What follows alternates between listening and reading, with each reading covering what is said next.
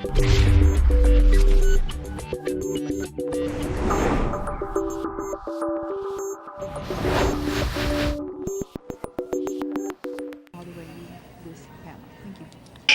accounts has been the dominant narrative for almost all countries around the world. And most policymakers ask one simple question: are we growing? And by growing, they mean the rise of gross domestic product per person. And we have known actually for many decades that this is a strange question because economic growth may or may not be correlated well with the quality of life of citizens. Many things that are measured in gross domestic product are not really measures of well-being. They can reflect high pollution, environmental destruction. They can reflect the huge inequalities of income. They can reflect the consumption of goods or services that don't really raise well-being.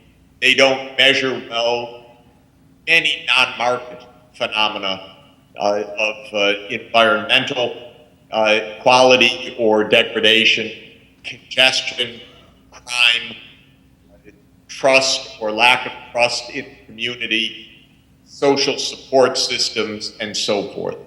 So our policymakers, by and large, are still directed towards gross domestic product, but reality is telling us, look in a different direction. And there are two strands of work right now that are important for you to contemplate. One, of course, is the direct measurement of subjective well-being, which is a big part of your conference. The idea that we now ask people around the world routinely, what is the quality of your life? What is your life satisfaction? Are you happy today? Were you happy yesterday? A various range of questions that include emotional type answers and analytical type answers. So there are different dimensions of happiness, but the idea is we ask directly. And all over the world, more and more governments are asking. More and more organizations like Gallup International, which we work closely with in the World Happiness Report, are asking these questions, both in the affective or emotional sphere and in the evaluative or analytical or life satisfaction sphere. The second main direction, I would say, is the idea of multidimensional goals for society. And interesting for us is the fact that all governments in the world have formally adopted, though you wouldn't know it yet, the concept of sustainable development as an organizing principle for a more holistic set of objectives and a more holistic set of measurements of well-being. So in 2012, on the 20th anniversary of the Earth Summit, which of course was in Rio de Janeiro in 1992, the governments of the world said, we subscribe to sustainable development in a rather specific sense, meaning the combination of economic, social, and environmental objectives. So they subscribe to sustainable development in a holistic sense of combining economic, social, and environmental objectives. And they announced in 2012 that as of 2015, all member states of the United Nations would adopt a set of sustainable development goals as a new set of guides for global development, what's called the post-2015 development agenda. So now we're in the last phase of setting those sustainable development goals. So what I would say for the state of Jalisco and for every other government, both the federal government of Mexico, the United States of America, and all other 191 governments, so together 193 governments of the United Nations, view this question of bienestar in these two senses. One, direct measure of well-being. And second, the adoption of sustainable development as a holistic framework with three major pillars: economic, social, and environmental pillars. Now, I hope that this will provide a kind of roadmap for governments going forward. We're not quite there yet because the Sustainable Development Goals will only be adopted in September 2015, but we're close to having them.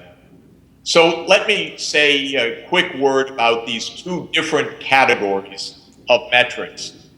On the first, on subjective well-being, you'll hear from Richard Laird and Bruno Frey, and I know you have other great experts at the meeting, so I won't say too much, except to say that the research of these great scholars and many others have shown now very conclusively that people can give an accurate assessment of the quality of their lives or their life satisfaction, and we can relate the life satisfaction to various measurable inputs or determinants, of which one is the gross domestic product per capita, but others include the quality of governance, honesty and trust in government, the degree of generosity within the society, as measured, for example, by the share of the population that participates in voluntary giving activities or philanthropic activities.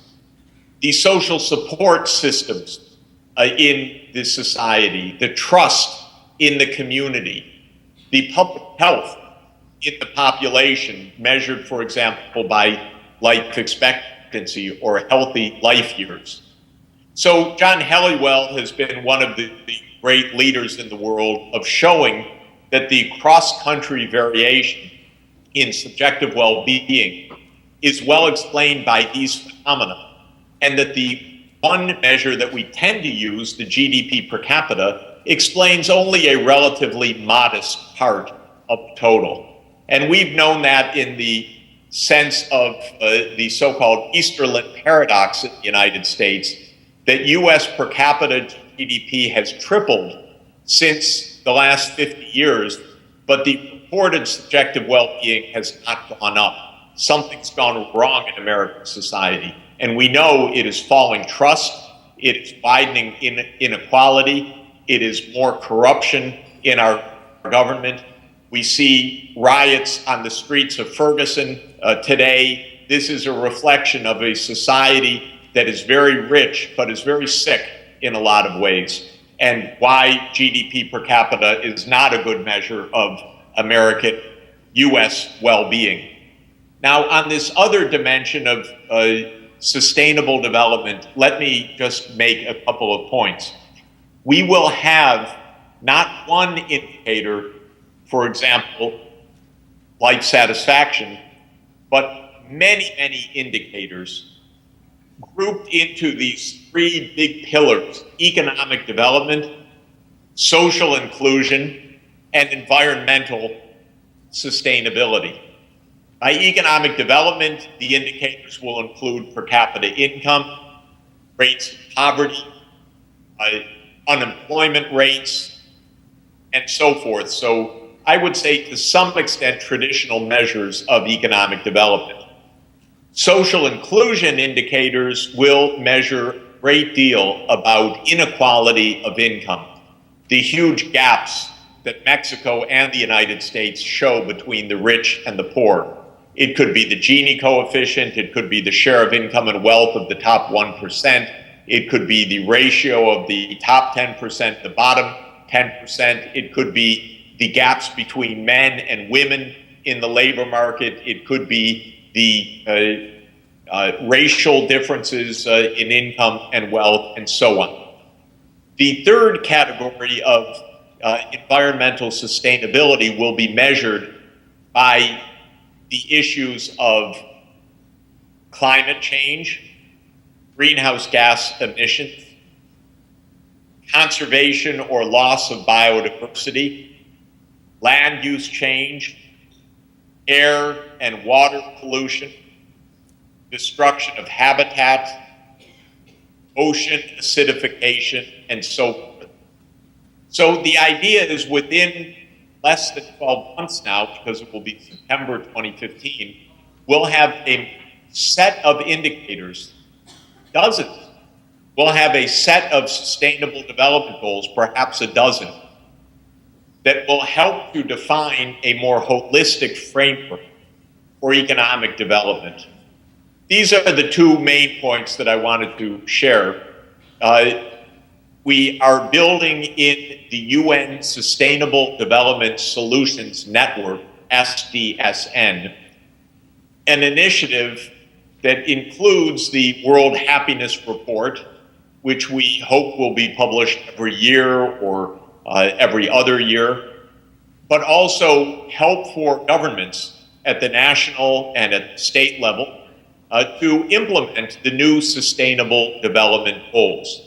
We are very keen to work with universities. So the Mexican universities, we want to become members of the Sustainable Development Solutions Network to help train a new generation of students, to do research on these topics, and to help work with government and civil society on introducing these concepts more generally into society. Even the Sustainable Development Goals should be localized, so they will be at the national level, they will be at the state level, but we hope that Guadalajara, for example, or New York City, or Baltimore, will have also at the city level Sustainable Development Goals to move this concept of a more holistic approach to economic development. These are the short thoughts that I wanted to share with you. I know it's been a long day. I'll stop here, turn it back to the moderator. But once again, many thanks for including me in this important meeting, and I look forward to the follow-up. Well,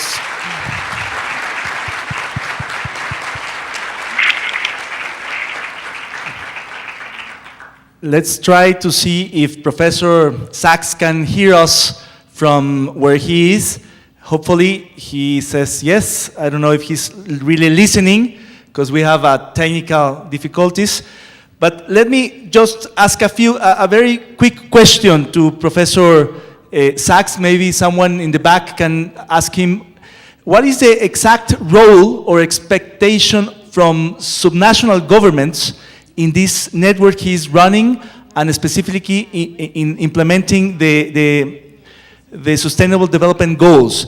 Many subnational authorities across the Latin American region are expecting to have a place, a role to play, a task, something, a responsibility in the implementation of the post-2015 developmental agenda.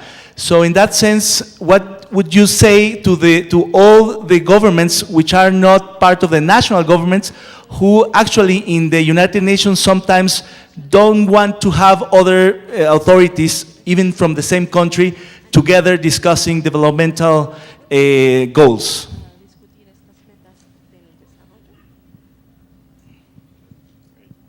Thank you. I think I've got the question. So let me just say how this process is supposed to look. The idea is that in September 2015, there will be actually, interestingly, the world's largest summit at the level of heads of state on the question of development that has ever taken place. Next year will be the 70th anniversary of the United Nations. And the UN is planning 3 days of head of state summitry on sustainable development. I'm quite excited by it because we never had the heads of state. globally assembled to discuss this issue with such intensity and depth. And I expect there will be 170 world leaders that at least attend the session next September. That will culminate in a set of sustainable development goals, or SDGs, as we say in English. And then and those goals will have goals, probably about a dozen, targets which are more specific underneath each goal. So maybe 40 targets in total, and maybe 100 quantitative indicators. And the idea is that every year, every government will report on the indicators and on the state of progress towards the global goals. For example, goals on health, on education, on narrowing inequalities of income, on reducing youth unemployment, on limiting human-induced climate change, and so forth. And there will be a new political institution created at the UN called the High-Level Political Forum, which will be essentially under the auspices of the head of state. And every year, ministers will review the world data on sustainable development, progress towards the SDGs. And every 4 years, there will be a global summit on world sustainable development. Are we going in the right direction, the wrong direction? Is climate change under control? Is it continuing to spiral out of control? And so forth. So this is the basic idea. Now, within every country, I would hope that this becomes a focus for the states like Jalisco and the cities like Guadalajara, as I said. In the United States, I'm trying to launch several city-level sustainable development goal initiatives right now so that one can downscale this kind of approach to the city level. Of course, this is all with hope that we can pay attention to this and create a new momentum in a new direction. Now, I should emphasize that some of those indicators that we are urging the heads of state to adopt will include the measures of happiness, direct measures. One of the recommendations that we're strongly making is that subjective well-being should be directly measured and monitored year by year as part of the Sustainable Development Goal process. Excellent. Hope he's listening. Before opening the conversation with Professor Frey and Professor Helliwell, I just want to mention that part of the objective of this forum is to establish a Latin American network on subjective well-being and quality of life network that would help precisely to the purposes you were talking about. So we will keep in touch with the network you are running, and we would love to contribute to what you are doing, especially from the local and the regional perspective. So now I'm going to pass the voice to Professor Frey, who already was presented. So, Professor, please. Thank you. The World Happiness Report is absolutely fantastic. I would really like you to read it because it gives you the scholarly level which we have attained today. And I think the talk by Jeffrey Sachs was equally excellent. But we want to have a discussion here. I don't want to repeat again that GNP is not the same as happiness, etc. You would be terribly bored. And my view is also, if there is a report which is not criticized, it's worth anything. It's just not worth anything. So I want to criticize it. And all the more because today we have a happiness industry. That's not my word. That has been coined by The Economist, a really first-rate weekly. So we have a happiness industry. We live in the year 2014. We don't live 1918 or 1919 or in the year 2000. Today, happiness is fully accepted. I think we should be clear about that. There is a happiness industry in the sense that there are very many interests which push happiness. It's, of course, governments, it's universities, it's interest groups, and it's international organizations. So we don't have to remind them that happiness is important. Moreover, the media are so interested in happiness, but the media make a mistake because they only consider numbers. They don't want to have content. They are interested in numbers, and so they always compare countries. And unfortunately, the happiness report is full of that. Comparisons of happiness and country scales and subjective well-being scales and life satisfaction indices over 190 or something countries. And of course the media have picked that up, but I think that's more or less nonsensical. It's not the right thing to do because there are we must take into account that people in different countries react differently to questions posed. So we should correct the indices by the constant in a happiness function. For instance, we heard that earlier, yesterday, a Japanese doesn't say that he is very happy. That's bad style. While an American, if you ask, how are you? Every American says, I'm great.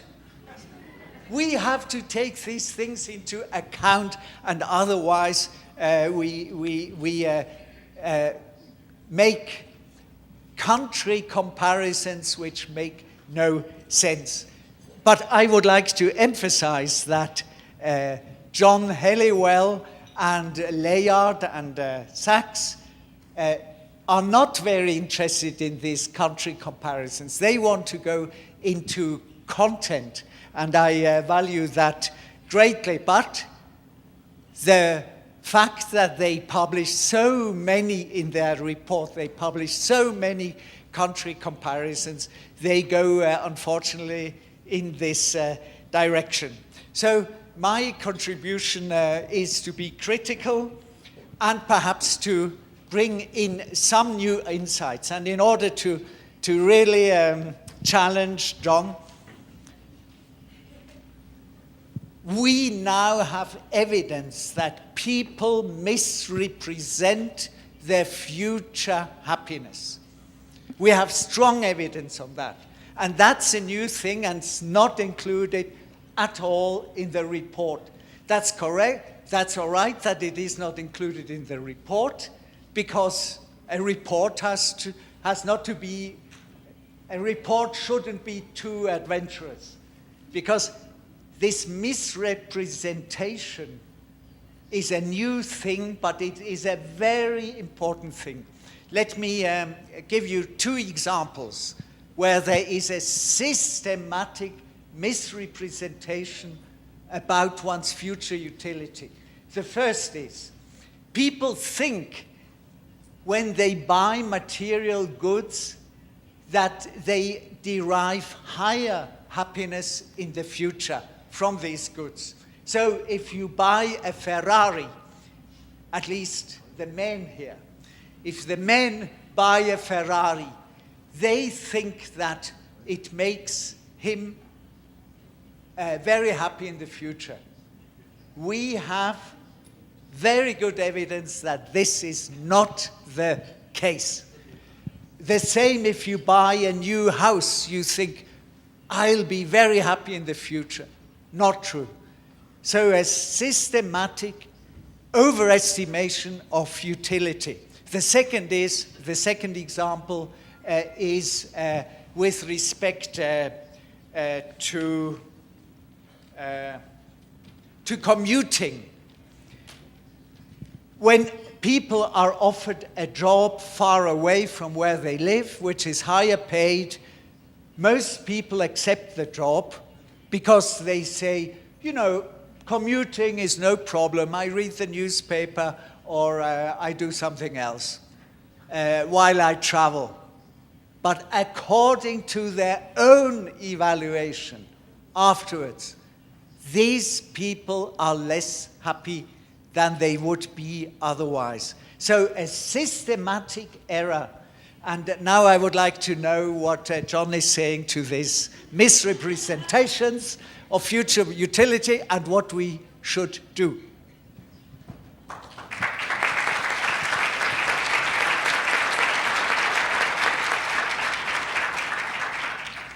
Thank you. Is it all right if I remain seated under the weight of the attack?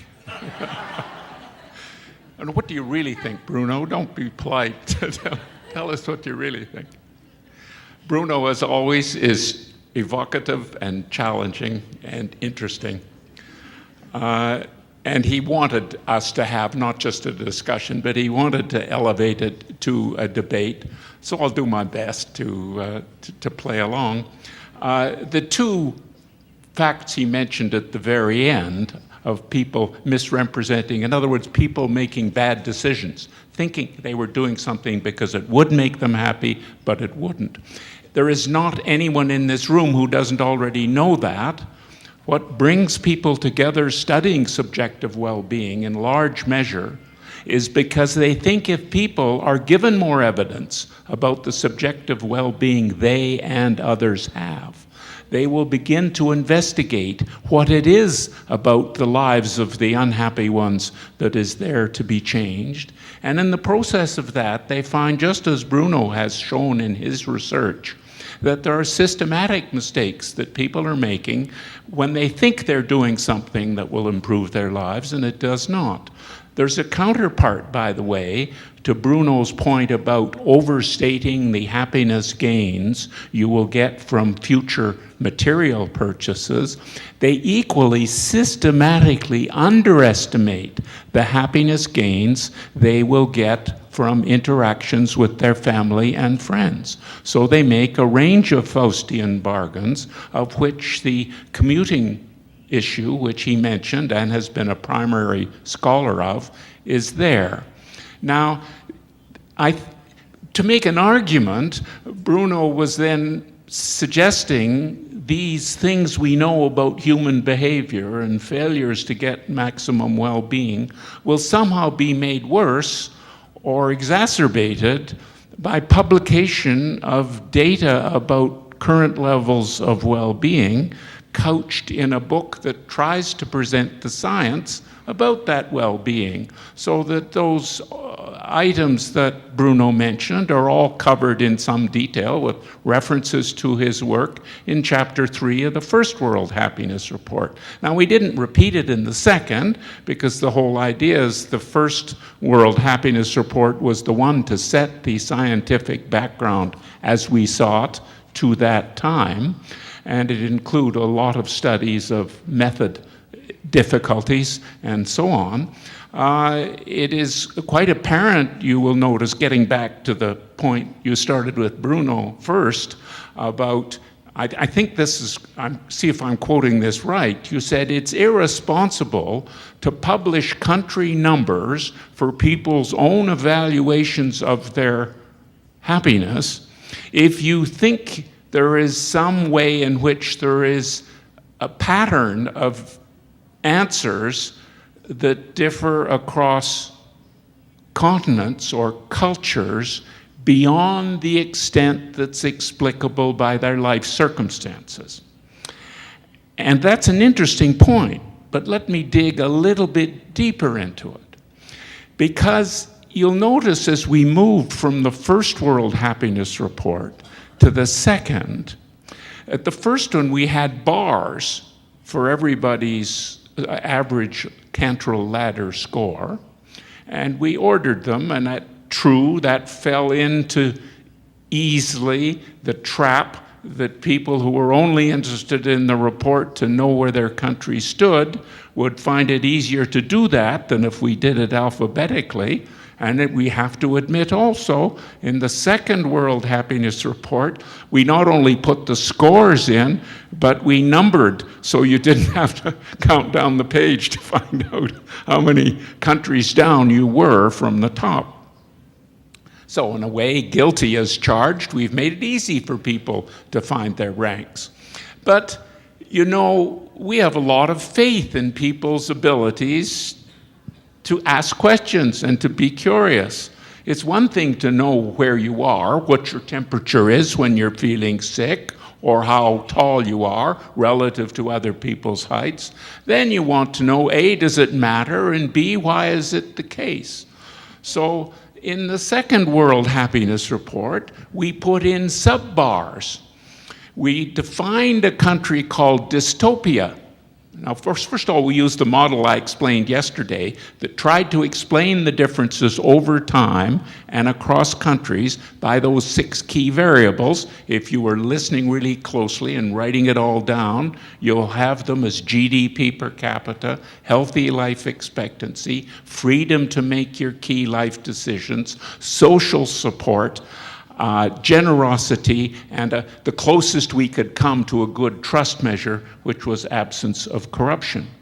Now, those 6 variables, they're the best we could do with available data to cover a whole of 160 countries.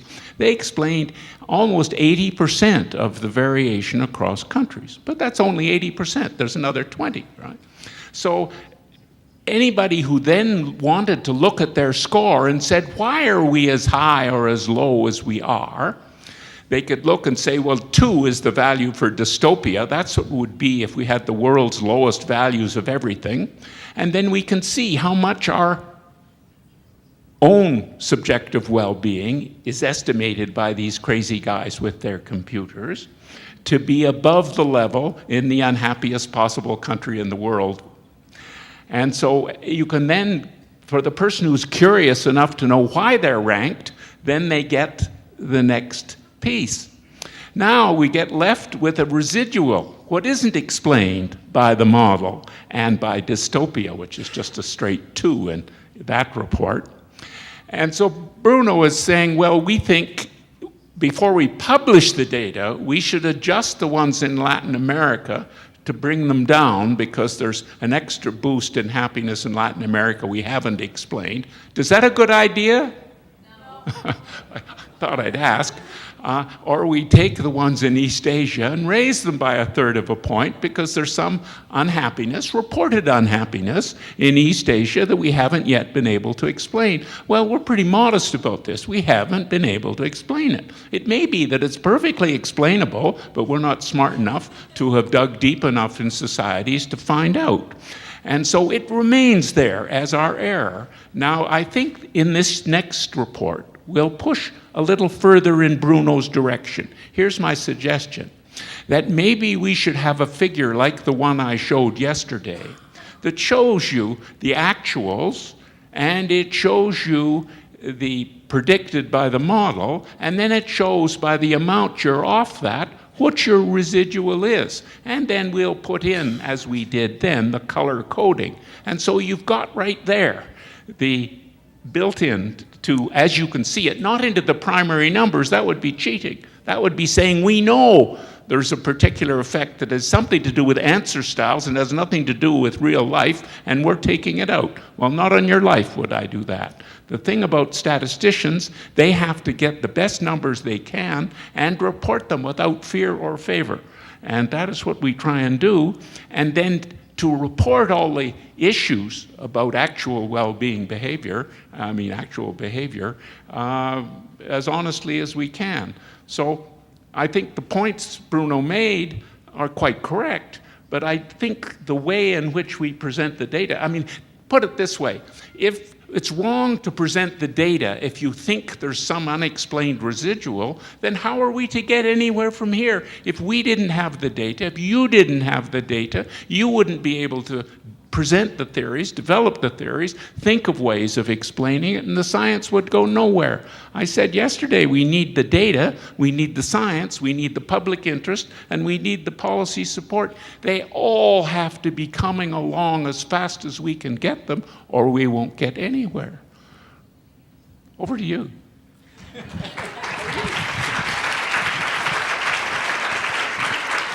Excellent explanation. We lost Professor Sachs, but the debate is here, so I pass directly to Professor Frey. I'm of course delighted that you go into the right direction. I have another problem. At least one. John just said that the indices he constructs consists of 6 variables like GDP, health, social support, etc. But how are they weighted? What are the weights given to them? To say they are equally important, that is a totally arbitrary solution. Totally arbitrary. And I was somewhat surprised that in Bhutan, as the lady told us, they do exactly this. They say everything is equally important. But how can, for instance, health be equally important like GDP or GNP? Isn't that a ridiculous idea? When you are sick, how can you compare that to national income or to social support? I think that's exactly something which should we should think much more about this than just assign equal weight. Of course, I am aware that there is now research going on where the preferences on the weights are analyzed. But the question is, are these weights also relevant in the future? We look into the future and they should be relevant there. And secondly, we should use marginal weights, not average weights. So in other words, if somebody has a very high income, he of course gives higher weight to having friends. But when somebody has a very low income, he perhaps assigns more weight to income and less to to having friends. So the weights should not be constant over all levels, but they should be marginal. So my question is, isn't it perhaps better to have one question and one index, which is the overall question? Taken overall, how satisfied are you with your life? Because that means that every individual implicitly assigns weights to the various components of her or his happiness. And that's perhaps a better way than to have experts construct the weights. I'm delighted to be having this conversation because I had never heard Bruno say that before. I've heard him say he didn't like fixed weights, but I've never heard him suggest fixed rates or what are used in here. I got into this field 20 years ago because I had been studying social capital, and we knew it was very important, trust and the way in which people connect with each other socially. But short of looking and seeing how it affected economic growth, we knew that had nothing to do with being the whole value.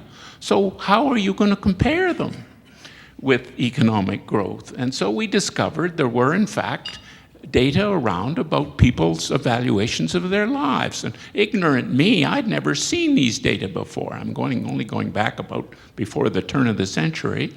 So I said, either this is what we have been looking for 200 years and not found, or it's nonsense. And I spent the succeeding period trying to find out if these data carried as much power and information as I hope they did, because if they did, they would change the way we saw society, the way it was analyzed, and the way policies were produced.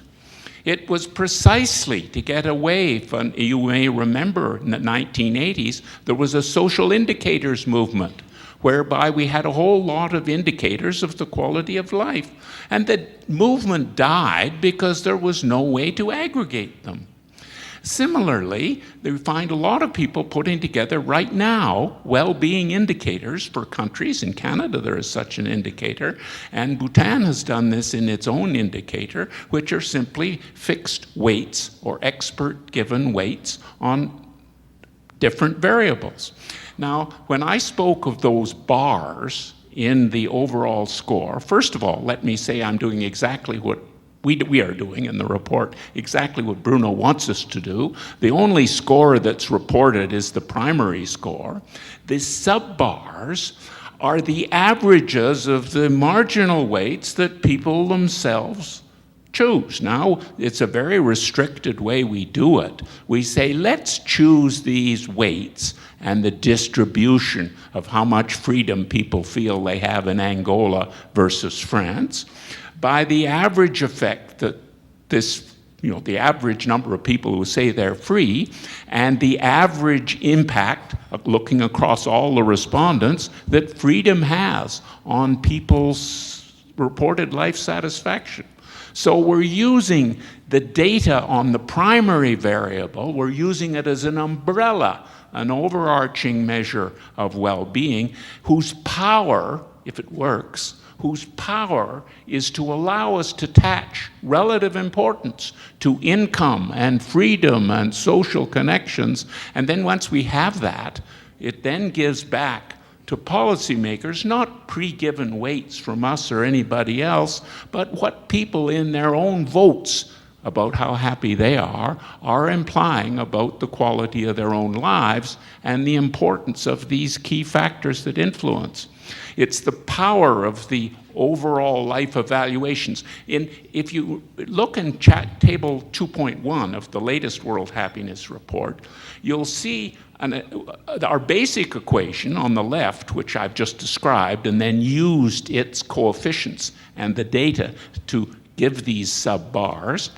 And then in the right-hand side of the table, we take the emotional measures, and in the middle of the table we explain the affect measures, positive and negative affect measures, and what you find, and this is fundamental to the strategy we take in the report, we find that there is a small fraction of the amount of international variance in the emotional measures that there is in the life evaluations. We find that the emotional measures have a strong impact on life evaluations, but they do not drive out the life conditions that are central. So just as Aristotle said 2 millennia ago, the life evaluation covers and responds to life circumstances in a very important way, and I've given you 6 of those. And it's also supported by positive emotions and detracted by negative emotions or emotional experiences. Are you safe at night, etc.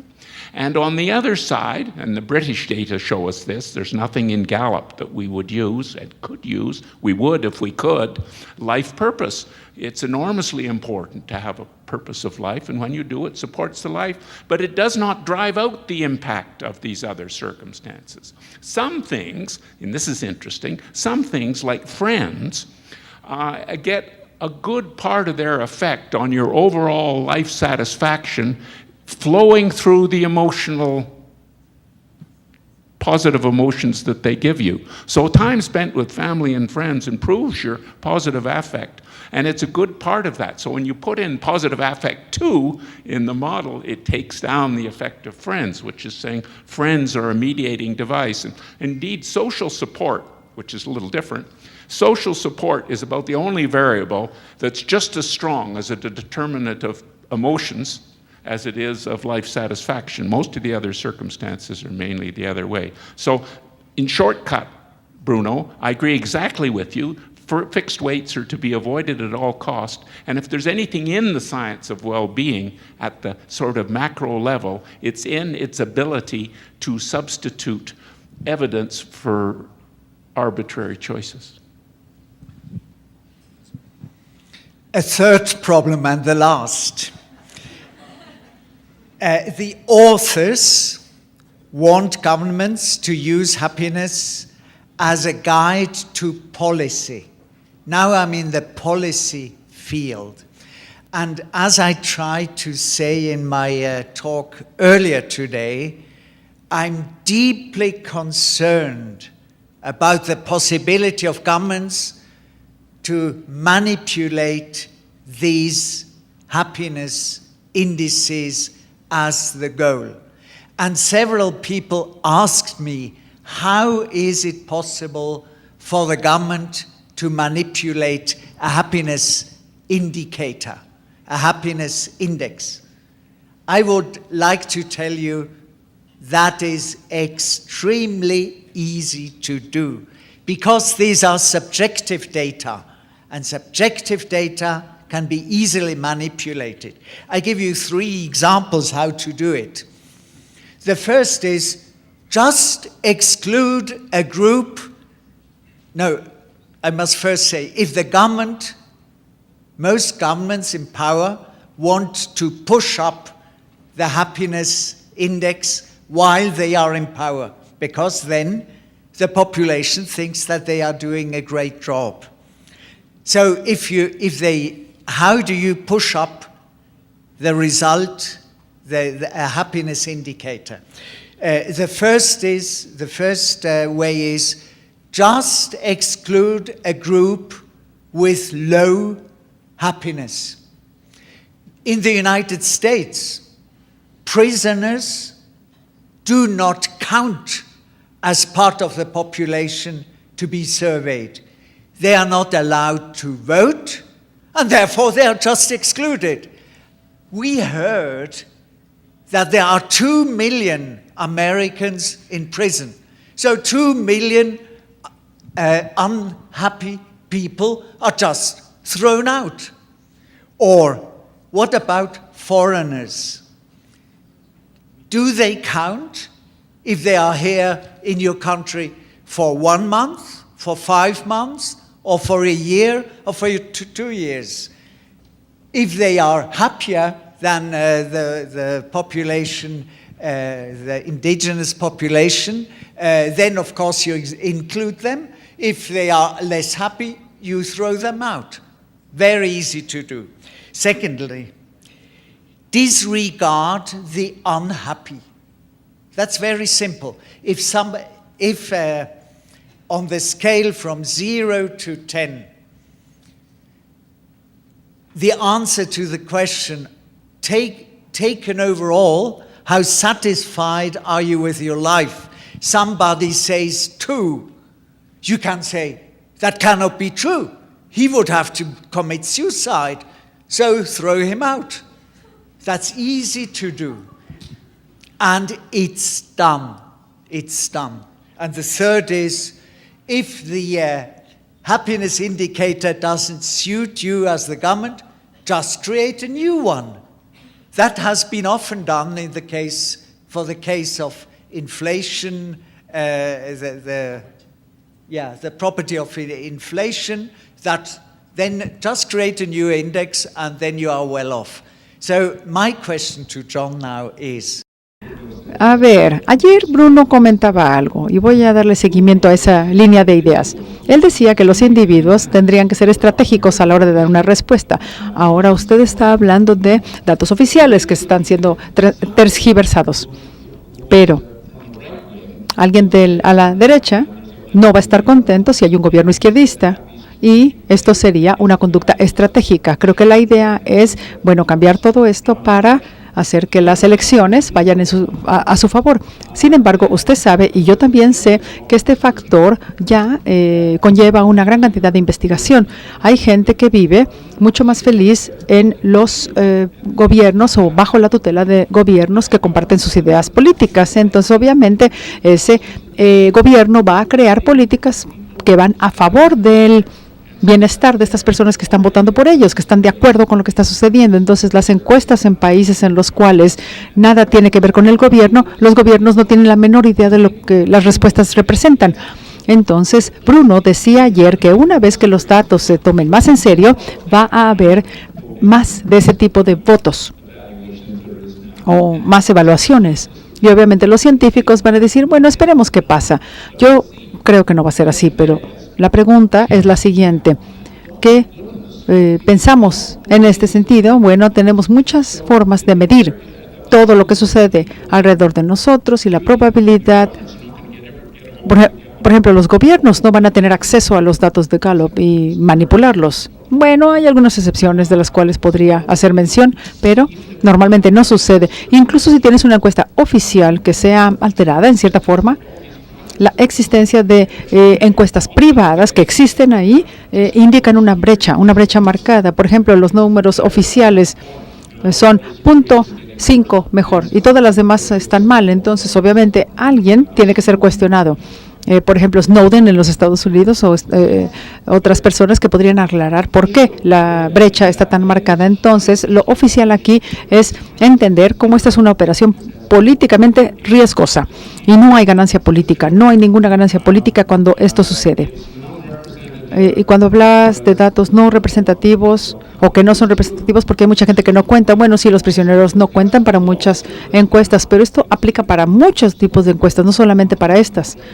Entonces, esta cuestión tiene que ver con el hecho de contar bien a la población en todos los sectores y no solamente para el sector del bienestar, sino en otro tipo de encuestas de otra índole. Estamos tratando de establecer, y recuerden por favor que yo comenté lo mismo pero con palabras diferentes. No siento sospecha intrínseca de los gobiernos y de la burocracia. Me parece que ellos son gente como nosotros y que también tienen la probabilidad de pensar en el interés público como nosotros lo hacemos. Y entonces, normalmente lo que pasa es que no están siendo estratégicos cuando aplican sus acciones. Entonces, sé que hay ciencias políticas involucradas y son cuantitativas, por lo menos en lo que a mí concierne.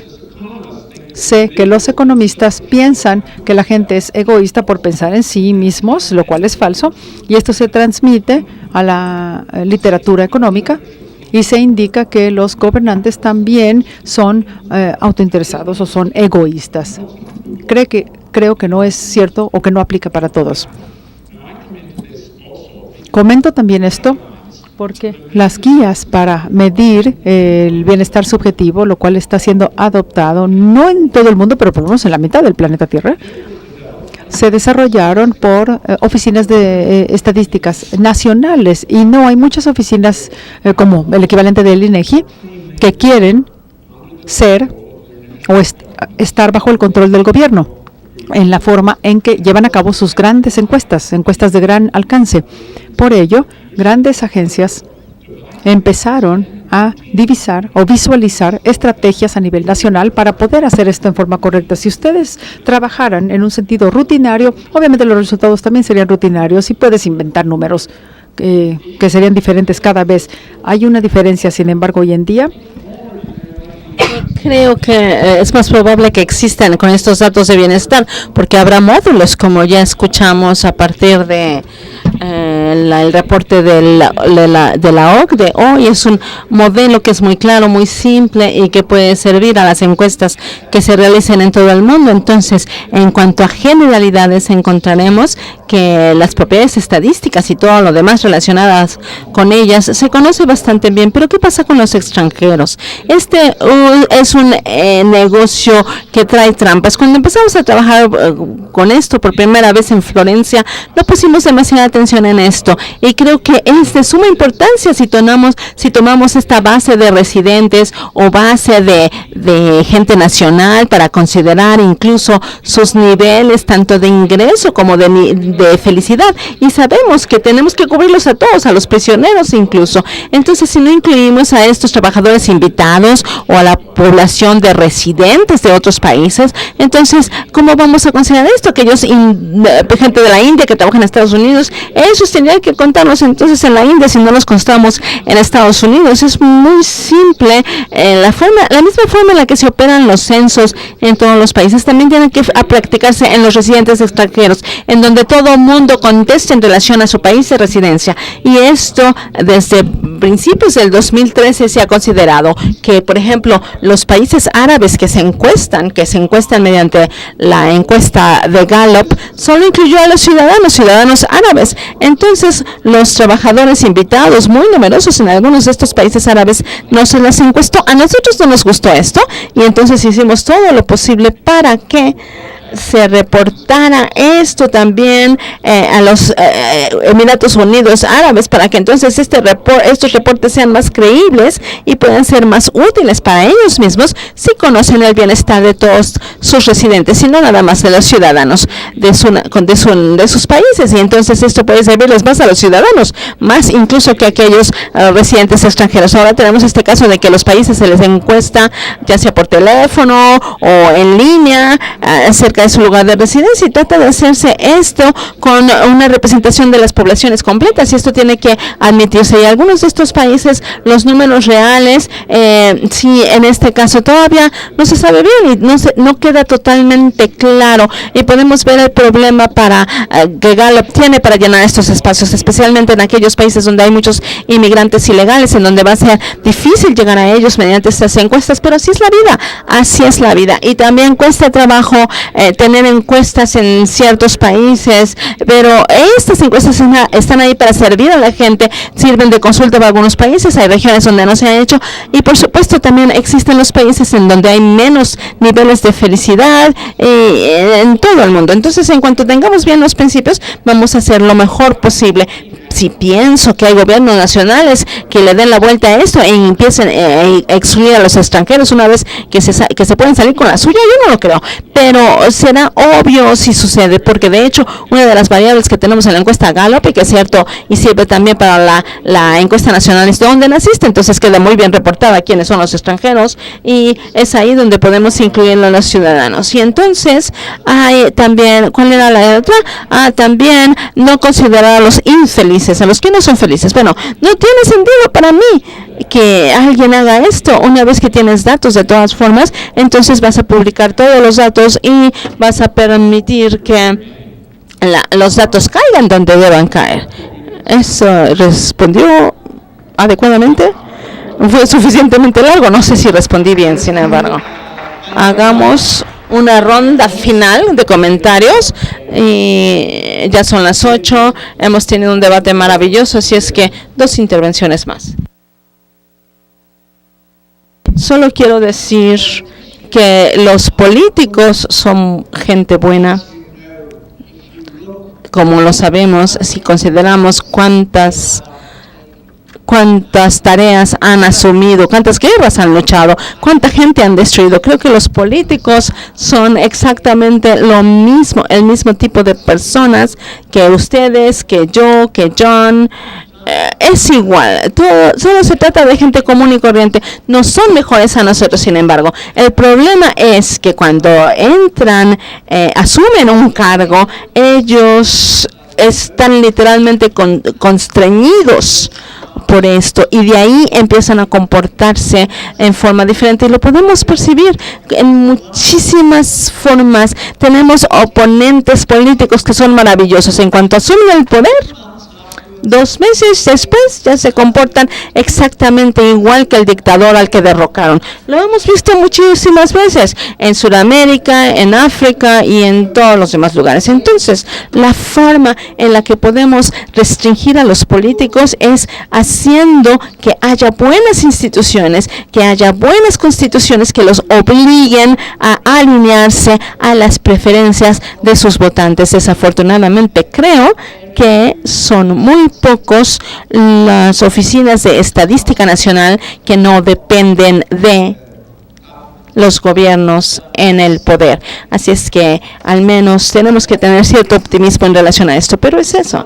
Es maravilloso cómo John reacciona a lo que a mí, con lo que yo lo ataco, y opta de verdad por hablar de lo bueno que es el reporte acerca de la felicidad en el mundo. Gracias, profesor.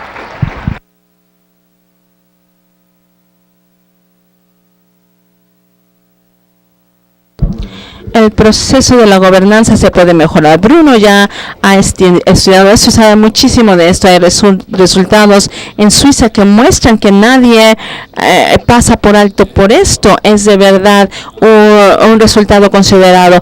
Y aquellos que tienen mayor capacidad de manejar sus propios asuntos con democracia directa, consultando a la gente, les va mejor que a los demás. Y bueno, él ya habló de este principio ayer, y entonces quiero hacer un comentario aquí, y si hay un comentario, y si estos se involucran directamente, él lo ha llevado a lo que tiene que ver con las metas en el proceso electoral, pero nosotros hemos realizado mucho trabajo en cuanto a qué tanto mejora el bienestar cuando tenemos la calidad de entrega en los servicios que proporciona el gobierno, o al completar procesos que son totalmente democráticos. Y encontramos que el primero es mucho más importante que el segundo que mencioné. Y debo decir que hemos llegado a niveles muy altos de eficiencia y honestidad del servicio público, y entonces a la gente le empieza a importar y a querer tener control sobre lo que hay. Y la gente muchas veces empieza a temerle al gobierno.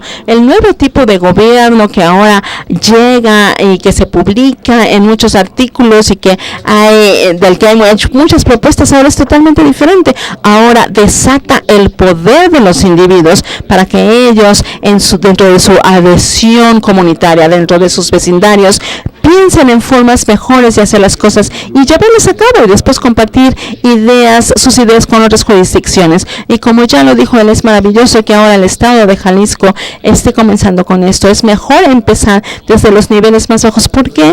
Bueno, pues porque va a ser mucho más fácil. Nada sucede a menos que puedan mover esto del yo al nosotros, y podemos hablar de la sociedad, de la entidad social, que entonces la gente se asume como un nosotros. No sirve que haya otra persona dentro de tu equipo de fútbol. No, son todos un equipo. Entonces aquí, en cuanto a estas cosas, podemos pensar en el mismo equipo y empecemos a trabajar en conjunto, y así podemos innovar, y ahí podemos compartir riesgos, y ahí no tenemos que romper reglas en representación de nadie más, o repararlas si algo pasa, que podemos contar con nuestro orgullo de haber descubierto algo que sí funciona, y después compartirlo con las demás jurisdicciones que son similares a nosotros en nuestro mismo lugar, en nuestro país, en otros lugares, para entonces poder hacer algo que nos permita trabajar a partir de nuestra imaginación con nuestros gobiernos. Y esto es algo que será una gran ventaja para nosotros, y también una gran ventaja para la gente con quien colaboremos. Y entonces, desde mi punto de vista,